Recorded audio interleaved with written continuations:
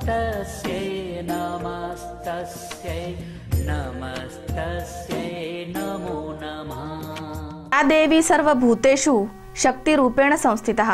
नमस्तस्यै नमस्तस्यै नमस्तस्यै नमो नमः। नमस्कार। सर्वत्र नवरात्राचं मंगलमय पर्व सुरू आहे। आदिशक्तीचं स्तवन आणि उपासनेचे दिवस सुरू आहेत। त्यावरच आधारित C24 तास या वृत्तवाहिनीने जागर आदिशक्तींचा हा कार्यक्रम आयोजित केलाय। त्यामध्ये सर्व भाविकांचं आज मनपूर्वक स्वागत। आज आपण पाहणार आहोत नवदुर्गेचं तिसरं रूप चंद्रघंटा। नवरात्रीच्या तिसऱ्या दिवशी माता चंद्रघंटा या आदिशक्तीचं पूजन केलं जातं। या आदिशक्तीच्या मस्तकावर घंटेच्या आकाराचा अर्धचंद्र आहे आणि म्हणूनच तिला चंद्रघंटा असे म्हणतात।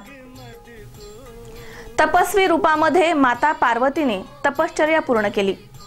आपली अर्धांगिनी बनवण्यासाठी भगवान शंकर स्वतः साधूच्या रूपामध्ये माता ब्रह्मचारिणी समोर आले। मात्र आदिशक्ती समोर भोलेनाथांचं साधू रूप फार काळ टिकलं नाही।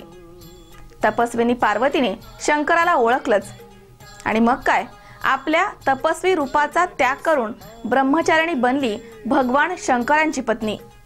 माता चंद्रघंटेच्या रूपामध्ये शंकराशी पार्वतीचा विवाह झाला। माता चंद्रघंटेचं रूप हे परमशक्तिदायक आणि कल्याणकारी आहे। तिच्या मस्तकावर घंटेच्या आकाराचा अर्धचंद्र आहे। चंद्रघंटा देवीच्या शरीराचा रंग हा लख्ख सोन्यासारखा चमकणार आहे। चंद्रघंटा देवीला दशभुजा आहेत। तिच्या हातामध्ये खडक, धनुष्यबाण अशी आयुधे आहेत। देवीचे वाहन सिंह आहे आणि मातेची मुद्रा ही नेहमी युद्धासाठी तत्पर अशी आहे। त्यातून सदैव भक्तांना स्फूर्ती मिळते। देवी चंद्रघंटा हिची पूजा संकट निवारण करण्यासाठी केली जाते। आदिशक्तीच्या पूजनाच्या दिवशी साधकाचं मन मणिपूर चक्रामध्ये प्रविष्ट होतं। चंद्रघंटा देवीच्या कृपेमुळे अलौकिक वस्तूंचं दर्शन घडतं। जेव्हा दिव्य सुगंधाचा अनुभव किंवा दिव्य आवाज ऐकायला येतो तो क्षण साधकासाठी सावध राहण्यासाठीचा असतो। मात्र कायम माता चंद्रघंटेचा आशीर्वाद भक्तांबरोबर असतो आणि मातेच्या घंटेचा आवाज भक्तांचे प्रेतबाधेमधनं देखील रक्षण करतो। आदिशक्ती माता चंद्रघंटा देवीच्या आराधनेमुळे वीरता, निर्भयता प्राप्त होते।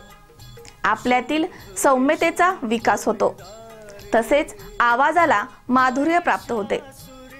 असे म्हणतात माता चंद्रघंटेच्या आराधनेमुळे भक्तांना स्वर्गाची प्राप्ती होते।